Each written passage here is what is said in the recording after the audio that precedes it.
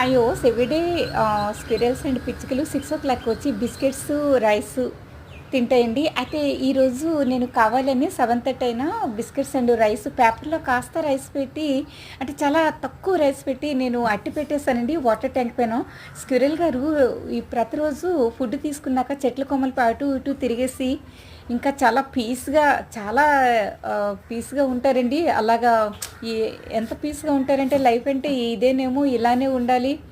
ఇంత పీస్‌నెస్‌గా ఎవరు ఉండలేకపోతున్నాం. వావ్! అని అనుకుంటానండి. ఊహాగానాల్లో ఉన్నానండి. ఈరోజు అదంతా తేలిపోయిందండి. ఈమె ఈరోజు ఫుడ్డు 7:30 అయినా పెట్టలేదు కదండీ! పేపర్‌లో కాస్త ఫుడ్ ఉంటే బొంగుమూతేసుకొని అటు ఇటు తిరిగేసి, ఆ పేపర్‌ని పైనుంచి కింద పడేసాయి. మరలా కింద కూడా పడేసి చూడండి ఎంత కోపంగా బొంగుమూతేసుకొని ఎలా తిరుగుతున్నారో స్క్విరల్ గారు. తింటేనే మనమన్నా జీవరాశులు ఏవన్నా సరే ప్రశాంతంగా ఉంటామండి. Thanks for watching.